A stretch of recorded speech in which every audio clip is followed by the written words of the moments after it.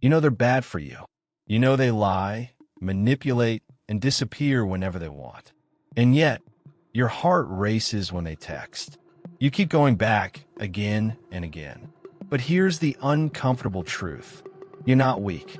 You're wired to be drawn to them. Because what feels like attraction is actually a reflection of something much deeper. A pattern your brain learned long before you ever met them. Today, we're diving into the hidden reason you keep falling for toxic people and how your past might be quietly pulling the strings.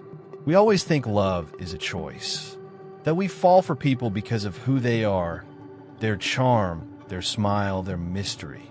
But what if I told you your attraction has less to do with them and more to do with what your brain craves?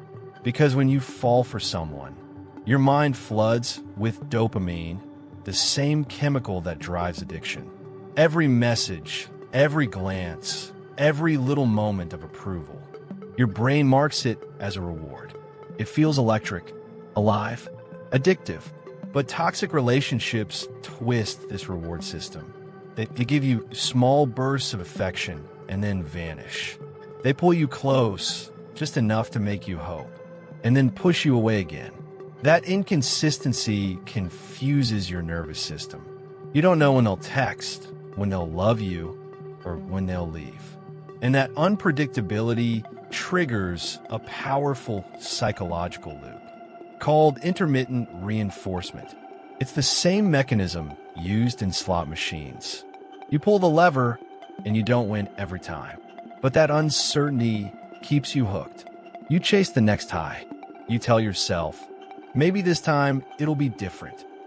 And each time they return, after disappearing, after lying, after breaking your trust, your brain releases another surge of dopamine. It rewards you for the reunion, even though it's built on pain. This is why you can't just walk away, because you're not addicted to the person. You're addicted to the chemical chaos they create inside you. Your heart wants peace, but your brain, it's chasing that familiar rush. It's the same reason people return to gambling tables, to alcohol, to anything that once gave them a glimpse of euphoria, even if it destroys them. Toxic love is no different. It's an emotional drug dressed up as romance. And the cruelest part?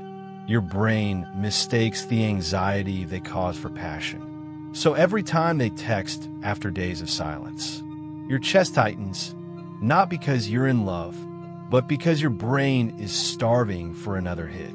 And that's how the addiction begins.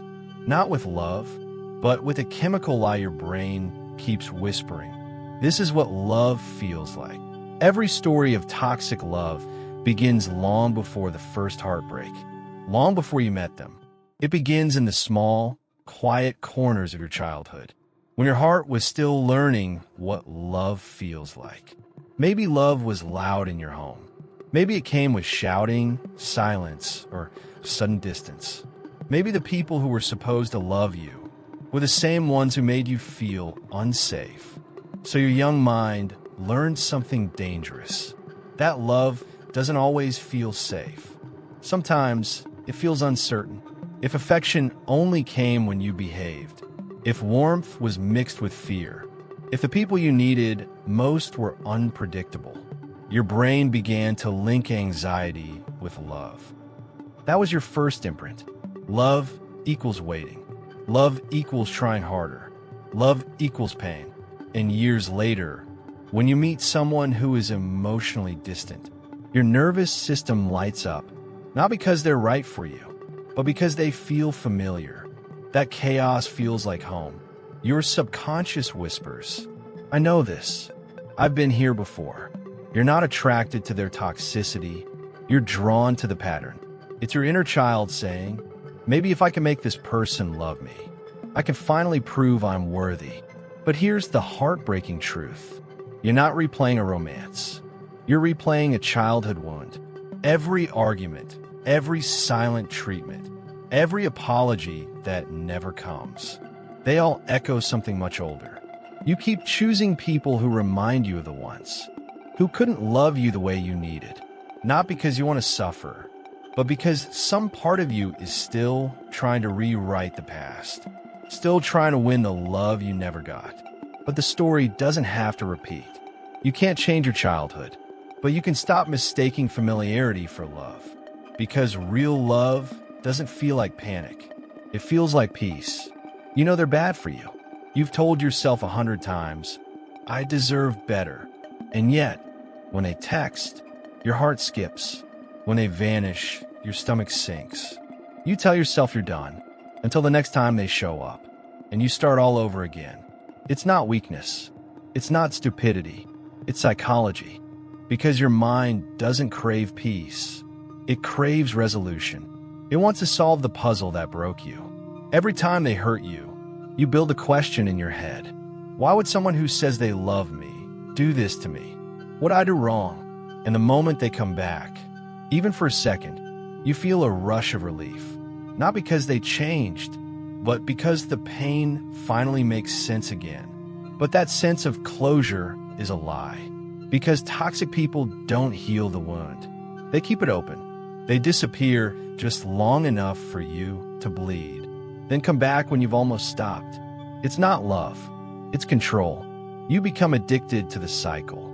Pain, relief, and your brain mistakes that rhythm for connection. You tell yourself, they need me. You say, they're just damaged.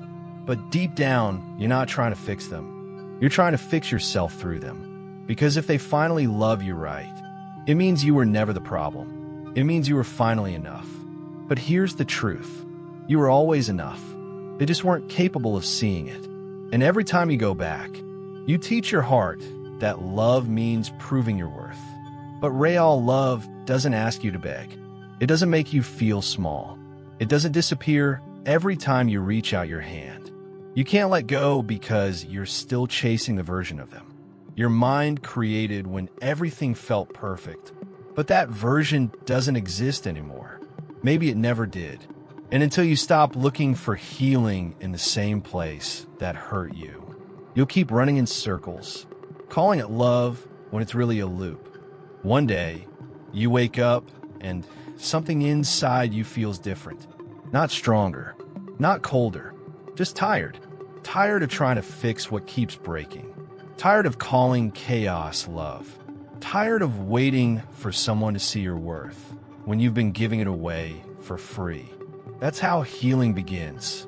Not in a single moment of clarity, but in the quiet decision to stop chasing pain. You start to see the pattern clearly. How every time you went back wasn't because you loved them. It was because you didn't yet love yourself enough to let go. You realize that love isn't supposed to feel like walking on glass. It's not supposed to make you question your sanity. Love is not supposed to break you to prove it's real. And for the first time, you stop blaming yourself. You stop asking, what's wrong with me? And start whispering, I deserve peace. Healing isn't loud. It doesn't announce itself. It comes in moments. When you no longer check your phone every 5 minutes. When a song stops hurting. When silence feels comforting instead of empty. And that's when you realize you never needed them to love you right. You just needed to stop accepting love that felt wrong. Breaking the cycle isn't about revenge. It's about freedom. Freedom from chasing validation. Freedom from mistaking pain for passion. Freedom from believing you need to earn love at all. Because you don't. You never did. And maybe someday, they'll remember you. But by then, you won't be waiting. You'll be living. You'll be free.